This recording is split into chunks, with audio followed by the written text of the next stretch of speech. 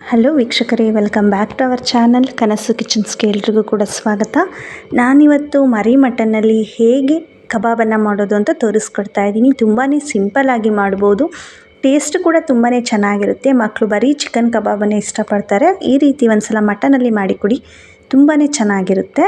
ನೋಡಿ, ಫಸ್ಟ್ ನಾನೀಗ ಇಲ್ಲಿ ಒಂದು ಕುಕ್ಕರಿಗೆ 2 ಸ್ಪೂನಷ್ಟು ಆಯಿಲು, 1.5 ಸ್ಪೂನಷ್ಟು ಶುಂಠಿ ಬೆಳ್ಳುಳ್ಳಿ ಪೇಸ್ಟು, 1 ಚಿಟಿಕೆಯಷ್ಟು ಯೆಲ್ಲೋ ಪೌಡರ್ನ ಹಾಕ್ಕೊಂಡು ಮಿಕ್ಸ್ ಮಾಡ್ಕೊತಾ ಇದ್ದೀನಿ.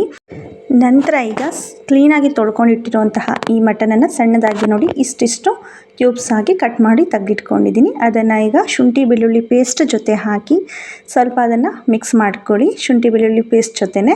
ನೆಕ್ಸ್ಟ್ ಈಗ ಅದಕ್ಕೆ ರುಚಿಗೆ ಎಷ್ಟು ಬೇಕೋ ಅಷ್ಟು ನೋಡಿಕೊಂಡು ಸಾಲ್ಟನ್ನು ಸೇರಿಸ್ಕೋಬೇಕಾಗತ್ತೆ. ನಾನಿಲ್ಲಿ ಕಲ್ಲುಪ್ಪನ್ನು ಯೂಸ್ ಮಾಡಿದ್ದೀನಿ, ಮಟನ್ಗೆ ಚೆನ್ನಾಗಿ ಹಿಡಿಯುತ್ತೆ. ಸೊ ಹಾಗಾಗಿ ನಂತರ ಒಂದು ಸಲ ಮಿಕ್ಸ್ ಮಾಡಿ ಫಸ್ಟ್ ಇದಕ್ಕೆ ನೀರನ್ನು ಸೇರಿಸೋದಕ್ಕೆ ಹೋಗಬೇಡಿ. ಒಂದು 2-3 ನಿಮಿಷ ಕುಕ್ಕರ್ ಲಿಡ್ಡನ್ನು ಉಲ್ಟ ಕ್ಲೋಸ್ ಮಾಡಿ ಹಾಗೆಯೇ ಕುಕ್ ಮಾಡ್ಕೊಳ್ಳೋಣ. ಅದು ಮಟನ್ನಲ್ಲಿರುವಂತಹ ನೀರೆಲ್ಲ ಬಿಡಬೇಕು.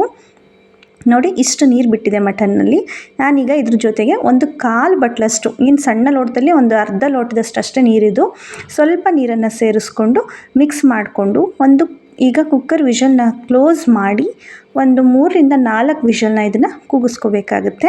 ನೋಡಿ, ಕೂಗಿಸ್ಕೊಂಡಿದ್ದ ನಂತರ ಮಟನ್ ಈ ರೀತಿ ಕ್ಲೀನಾಗಿ ಬೆಂದಿದೆ. ನಾನು ಅದರ ನೀರು ಸಮೇತ ಸ್ವಲ್ಪ ಸೀಸ್ಕೊಂಡು ಇನ್ನು ಮಿಕ್ಕಿದ ನೀರು ಸಮೇತ ಇದಕ್ಕೆ ಹಾಕ್ಕೊಂಡಿದ್ದೀನಿ. ಹಂಗಂತ ಪೂರ್ತಿ ಜಾಸ್ತಿ ನೀರು ಹಾಕೋಬೇಡಿ, ಕಬಾಬ್ ಮೇಲೆ ಫುಲ್ ತೆಳು ಬಂದುಬಿಡುತ್ತೆ, ಹಾಕೋದಕ್ಕೆ ಬರೋದಿಲ್ಲ.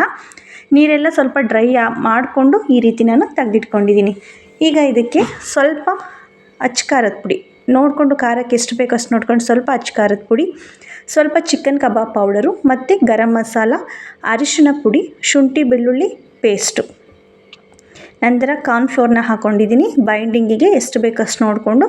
ಅಥವಾ ನೀವು ಬೇಕಿದ್ರೆ ಮೈದಾ ಕೂಡ ಯೂಸ್ ಮಾಡ್ಬೋದು. ಇದ್ರ ಜೊತೆಗೆ ಸ್ವಲ್ಪ ಸಾಲ್ಟನ್ನು ಸೇರಿಸ್ಕೊಂಡಿದ್ದೀನಿ. ಸಾಲ್ಟನ್ನು ಸೇರಿಸ್ಕೊಂಡು ಕ್ಲೀನಾಗಿ ಒಂದು ಸಲ ಮಿಕ್ಸ್ ಮಾಡ್ಕೊಂಡು ಇದನ್ನು ಕ್ಲೀನಾಗಿ ಮ್ಯಾರಿನೇಟ್ ಆಗಬೇಕು ಮಟನ್. ಅದ್ರ ಜೊತೆಗೆ ಕ್ಲೀನಾಗಿ ಮ್ಯಾರಿನೇಟ್ ಮಾಡಿ ಒಂದು 5-10 ನಿಮಿಷ ಇದನ್ನು ತೆಗೆದಿಟ್ಕೊಬಿಡೋಣ. ನೋಡಿ, ಈ ರೀತಿ ಮ್ಯಾರಿನೇಟ್ ಆಗಿದೆ.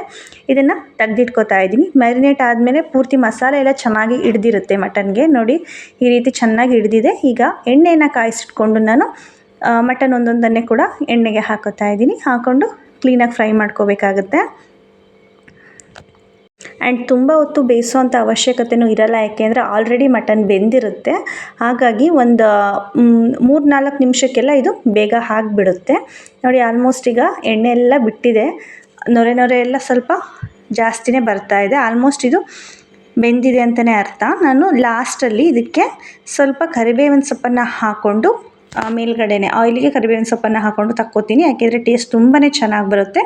ಸೊ ಹಾಗಾಗಿ ನೋಡ್ತಾ ಇರ್ಬೋದು ನೀವು, ಮಟನ್ ಚೆನ್ನಾಗಿ ಈಗ ಬೆಂದಿದೆ. ಈಗ ಕರಿಬೇವಿನ ಸೊಪ್ಪನ್ನು ಹಾಕ್ಕೊಂಡು ಇದನ್ನು ಸ್ವಲ್ಪ ಹಾಗೆಯೇ ಫ್ರೈ ಮಾಡಿಕೊಂಡು ತಗೋತಾ ಇದ್ದೀನಿ, ಯಾಕೆ ಟೇಸ್ಟ್ ತುಂಬ ಚೆನ್ನಾಗಿ ಬರುತ್ತೆ ಈ ರೀತಿ ಮಾಡೋದ್ರಿಂದ ಕೂಡ. ಹಾಗಾಗಿ ಈಗ ಎಲ್ಲವನ್ನು ಕ್ಲೀನಾಗಿ ತೆಗೆದಿಟ್ಕೋತಾ ಇದ್ದೀನಿ. ತುಂಬಾ ಸಿಂಪಲ್ಲಾಗಿ ಮಾಡುವಂತಹ ಒಂದು ರೆಸಿಪಿ. ನನ್ನ ಮಗಳು ಚಿಕನ್ ಕಬಾಬ್ ಒಂದೇ ತಿನ್ನೋದು, ಸೊ ಹಾಗಾಗಿ ನಾನು ಮಟನಲ್ಲಿ ಟ್ರೈ ಮಾಡೋಣ ಅಂತ ಮಟನ್ ಕಬಾಬ್ನ ಮಾಡಿದ್ದೆ. ಅವಳಿಗೂ ಕೂಡ ತುಂಬಾ ಇಷ್ಟ ಆಯಿತು. ನೀವು ಕೂಡ ಟ್ರೈ ಮಾಡಿ, ನಿಮಗೂ ಕೂಡ ತುಂಬಾ ಇಷ್ಟ ಆಗುತ್ತೆ. ಯಾರಿಗೆಲ್ಲ ಈ ಒಂದು ರೆಸಿಪಿ ಇಷ್ಟ ಆಗಿದೆಯೋ ಪ್ಲೀಸ್ ಲೈಕ್ ಮಾಡಿ, ಶೇರ್ ಮಾಡಿ. ಹಾಗೆ ನಮ್ಮ ಚಾನಲನ್ನು ಇನ್ನೂ ಯಾರೆಲ್ಲ ಸಬ್ಸ್ಕ್ರೈಬ್ ಮಾಡದೆ ಹಾಗೆ ನೋಡ್ತಾ ಇದ್ದೀರೋ ಪ್ಲೀಸ್ ಸಬ್ಸ್ಕ್ರೈಬ್ ಮಾಡ್ಕೊಳ್ಳಿ. Thank you for watching.